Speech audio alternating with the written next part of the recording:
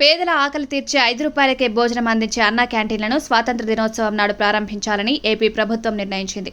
ఈ మేరకు తొలి విడతలో 100 అన్నా క్యాంటీన్లను ప్రారంభించాలని ఆగస్టు 15వ తేదీన కృష్ణా జిల్లా ఉయ్యూరులో సాయంత్రం సీఎం చంద్రబాబు అన్నా క్యాంటీన్లు ప్రారంభిస్తారు. ఆగస్టు 16వ తేదీన మిగిలిన 99 క్యాంటీన్లను మంత్రులు, ఎమ్మెల్యేలు ఆయా జిల్లాల్లో ప్రారంభిస్తారని ప్రభుత్వం తెలిపింది. తిరుమల ప్రాంతంలో చిరుత సంచారాన్ని గుర్తించిన అధికారులు ఘాట్ రోడ్లలో ద్విచక్ర వాహనాలపై ఆంక్షలు విధించారు. నేటి నుంచి సెప్టెంబర్ 30వ తేదీ వరకు ద్విచక్ర వాహనాల రాకపోకలకు సమయం నిర్ణయించారు.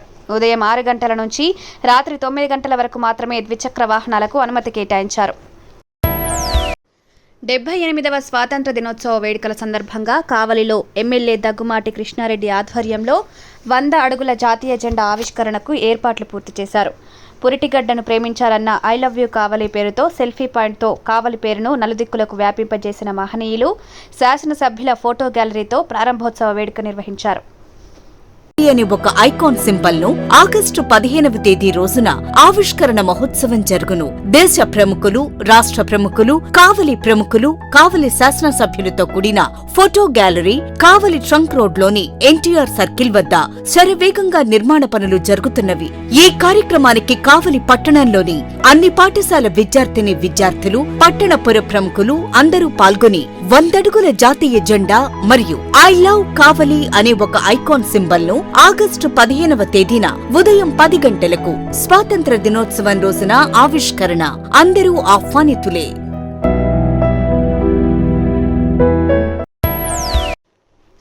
ఏపీలో కాంట్రాక్ట్ లెక్చరర్ల రెన్యువల్ను ప్రభుత్వం పొడిగించింది. ఆంధ్రప్రదేశ్లోని ప్రభుత్వ జూనియర్ కాలేజీలో పనిచేస్తున్న 3619 మంది జూనియర్ కాంట్రాక్ట్ లెక్చరర్ల సర్వీసును ఈ ఏడాది జూన్ నుంచి వచ్చే ఏడాది ఏప్రిల్ 30 వరకు 11 నెలలు కొనసాగుతాయని పాఠశాల విద్యాశాఖ ఉత్తర్వుల్లో పేర్కొంది. ఆగస్టు 15న స్వాతంత్ర దినోత్సవ వేడుకలను ఘనంగా నిర్వహించాలని, పర్యావరణాన్ని రక్షించుకుంటూ ప్రతి ఇంటిపై క్లాత్తో చేసిన జెండాలు ఉపయోగిస్తూ జాతీయ జెండాను ఎగరవేద్దామని AP deputy CM Pawan Kalyan పిలుపునిచ్చారు. ఒకే ఒక విన్నపం, ఇది పర్యావరణానికి పరిమితులకు లోబడి పర్యావరణం పరిరక్షించేలా ఈ పండుగ ఉండాలి. ప్లాస్టిక్ వాడటం కంటే కూడా జెండాలకి ఆల్టర్నేట్గా ముఖ్యంగా మన చేనేత జెండాలు ఏదైనా వాడండి. అలాగే ఇప్పుడు నేను పెట్టుకుంది కూడా పర్యావరణానికి హాని కలిగించింది. ఇది దీంట్లో సీడ్ ఉంటుంది, దీంట్లో ప్లాంట్ అని చెప్పి ఒక సంస్థ ఏదో ఉంది, వాళ్ళు ఇచ్చింది. మేము ఈ స్థాయిలో మీకు దొరికినంత దాంట్లో పర్యావరణాన్ని పరిరక్షించేలాగా ప్లాస్టిక్ మన జెండా పండుగ అని చెప్పి ప్లాస్టిక్ అంతా రోడ్ల మీద పడేస్తాం. అలా కాకుండా చాలా బాధ్యత తొందరగా జరుపుకోవాలి అని తెలియజేసుకుంటూ సెలవు తీసుకున్నాను. జై హింద్. ఆంధ్రప్రదేశ్ రాష్ట్రంలోని గుంటూరు జిల్లాలో అబార్షన్లు అధికం కావడంపై ప్రభుత్వం వైద్యులకు హెచ్చరికలు జారీ చేసింది. 2024-25లో జిల్లా వ్యాప్తంగా సుమారు 20,000 మంది గర్భం దాల్చగా అందులో 1789 మందికి అబార్షన్లు అయినట్లు నివేదికలు వెల్లడించాయి. గుంటూరు, మంగళగిరి, తెనాలి, తాడేపల్లి ప్రాంతాల్లో ఎక్కువగా అబార్షన్లు అయినట్లు నివేదికలు స్పష్టం చేస్తున్నాయి. దీంతో వందల కొద్దీ ప్రాణాలు పిండ దశలోనే గాలిలో కలిసిపోతున్నాయని, పట్టణాల్లోని ఇవి మరీ ఎక్కువ కావడం ఆందోళనకరమని, ఇందుకు దారితీసిన కారణాలపై దృష్టి పెట్టింది.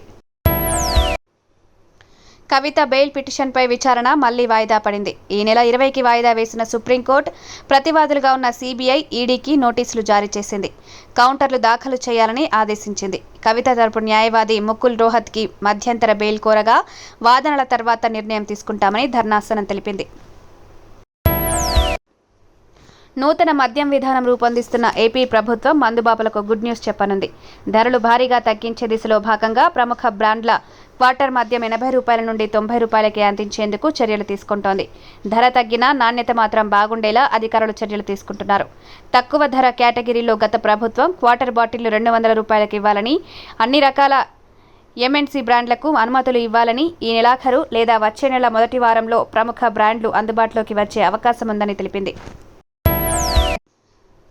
ఏపీలో విద్యుత్ ఛార్జీలను తగ్గించే ప్రయత్నం చేస్తున్నామని ఆ శాఖ మంత్రి గొట్టిపాటి రవికుమార్ తెలిపారు. 24 గంటల పాటు వినియోగదారులకు విద్యుత్ను అందిస్తామని, అలాగే రైతులకు నాణ్యమైన విద్యుత్ను సరఫరా చేస్తామని ప్రకటించారు. గత పాలకులు 1 మెగావాట్ కూడా కొత్త విద్యుత్ ఉత్పత్తిని తీసుకురాలేదని, ఆ కారణంగా విద్యుత్ ఛార్జీల ధరలు పెరిగాయన్నారు. వందే మాతరం